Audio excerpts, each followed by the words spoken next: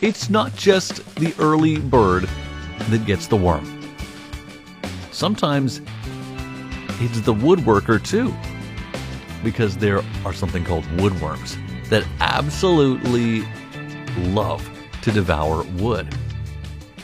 And while for some, that would be a discouragement, for David of David's wood turning, once they were all safely removed and disposed of, well, it was some encouragement. In fact, it probably meant that the end result, although trickier to carve, would probably be much more unique.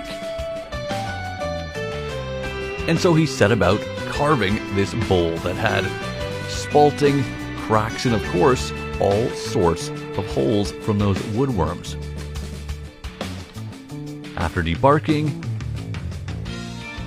and slowly rotating at 200 RPM to start, first shaping with the ball gouge and then working onto a few other tools,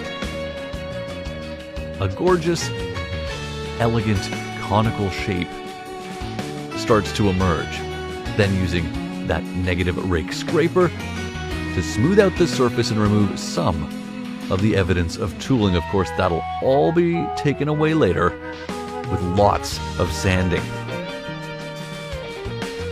The piece then flipped around and helped save time with the coring, a whole set of Forstner bits used from 30mm up to 80mm, and you can see the difference in size there. The last of them going in now and again, still rotating slowly, as the wood is a little imbalanced, and of course has those woodworm holes in it and a few cracks to consider. The rest of the coring taken out a little at a time.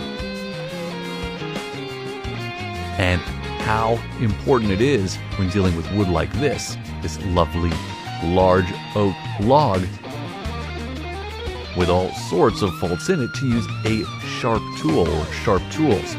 Not entirely happy with the live edge result, David went about sanding it down while still retaining some of the cool characteristics. Then had to turn it around to carefully finish carving out the base, hollowing out the bottom to be able to create the feet that it would stand on. First getting rid of the pillar that it created, and then breaking out a long neck angle grinder to carve those feet. Talk about a unique piece.